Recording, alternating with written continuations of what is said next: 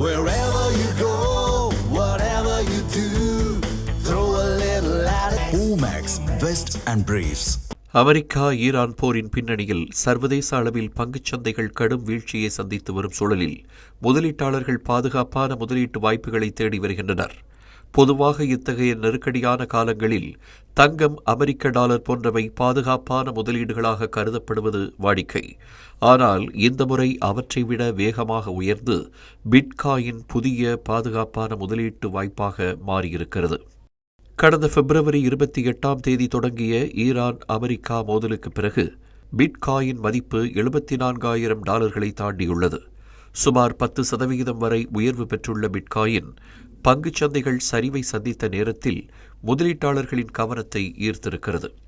கடந்த ஆண்டில் $1.25 லட்சம் வரை விலை உயர்ந்து புதிய உச்சத்தை தொட்ட பிட்காயின் அடுத்த சில மாதங்களிலேயே மிகப்பெரிய சரிவை சந்தித்து சுமார் $63,000 வரை சரிவை சந்தித்தது. அதாவது கிட்டத்தட்ட 45% சரிவு. ஆனால் கடந்த சில வாரங்களாக ஏற்றத்தை சந்தித்து வரும் பிட்காயின் தற்போது $74,000 உயர்ந்திருக்கிறது. புவிசார் அரசியல் பதற்றங்கள் அதிகரிக்கும் நேரங்களில் பணத்தை எல்லைகள் கடந்து உடனடியாக கொண்டு செல்லும் திறன் பிட்காயினுக்கு இருப்பதே இதற்கு முக்கிய காரணமாக கருதப்படுகிறது.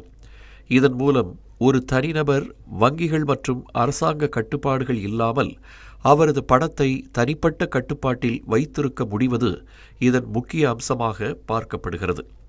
இதனால் உலகளாவிய முதலீட்டாளர்கள் பிட்காயினை தங்கள் முக்கிய முதலீட்டு வாய்ப்பாக பார்க்க தொடங்கியுள்ளனர். இந்த நிலையில் பிட்காயின் தொடர்பான நிதி நிறுவனங்களிலும் முதலீடுகள் பெருமளவு குவிந்த வண்ணம் உள்ளது. குறிப்பாக ஐஷர்ஸ் பிட்காயின் ட்ரஸ்ட் மற்றும் ஃபிடெலிட்டி வைஸ் ஆர்ஜின் பிட்காயின் ஃபண்ட் போன்ற நிறுவனங்களில் ஈரான் மீதான தாக்குதல் தொடங்கிய நாளிலிருந்து $1.1 பில்லியன் அதிகமான முதலீடு வந்திருப்பதாக தகவல்கள் தெரிவிக்கின்றன. அதே நேரத்தில் ஒரு சில முதலீட்டாளர்களோ முழுமையாக பிட்காயினை பாதுகாப்பான முதலீடாக கருதாமல் எச்சரிக்கையாக உள்ளனர். கடந்த சில ஆண்டுகளில் உலக மத்திய வங்கிகள் தங்களின் தங்க கையிருப்புகளை அதிகரித்துள்ளது இதற்கு முக்கிய காரணமாக பார்க்கப்படுகிறது.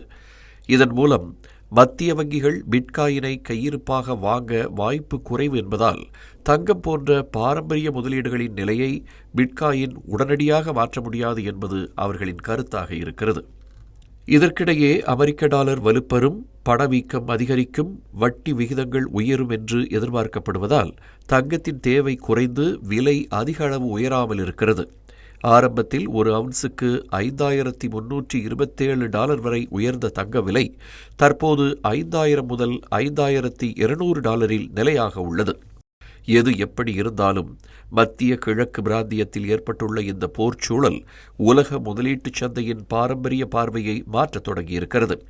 இத்தகைய மாற்றங்கள் எதிர்காலத்தில் டிஜிட்டல் சொத்துக்களின் பங்கு உலக பொருளாதாரத்தில் மேலும் அதிகரிக்க வாய்ப்புள்ளதை சுட்டிக்காட்டுகின்றன.